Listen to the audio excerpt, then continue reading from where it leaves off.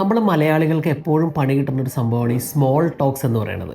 നമ്മൾ നടക്കാൻ പോകുമ്പോൾ ഒരു വെസ്റ്റേൺ കൺട്രിയിലോ അല്ലെങ്കിൽ ഒരു ഇംഗ്ലീഷ് സ്പീക്കിംഗ് കൺട്രിയിലോ നടക്കാൻ പോകുമ്പോൾ ഒരാൾ ഹൗ ആർ യു എന്ന് ചോദിക്കുമ്പോൾ നമ്മൾ ഐ ആം ഫൈൻ എന്ന് പറഞ്ഞ് അവിടെ നിർത്തും.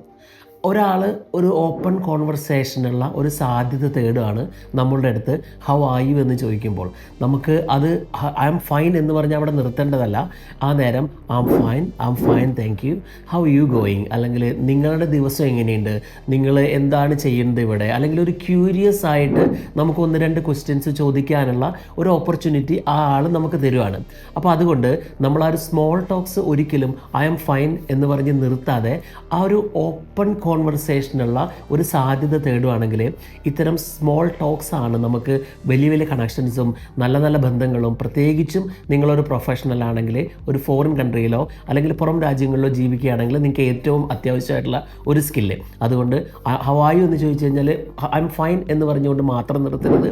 ആ സ്മോൾ ടോക്കിനെ ഒരു നല്ലൊരു കോൺവെർസേഷനാക്കി മാറ്റാനുള്ള ഒരു കപ്പാസിറ്റിയും നമുക്കുണ്ടായിരിക്കണം. കൂടുതൽ അറിയാനായിട്ട് എന്നെ ഫോളോ ചെയ്യേ.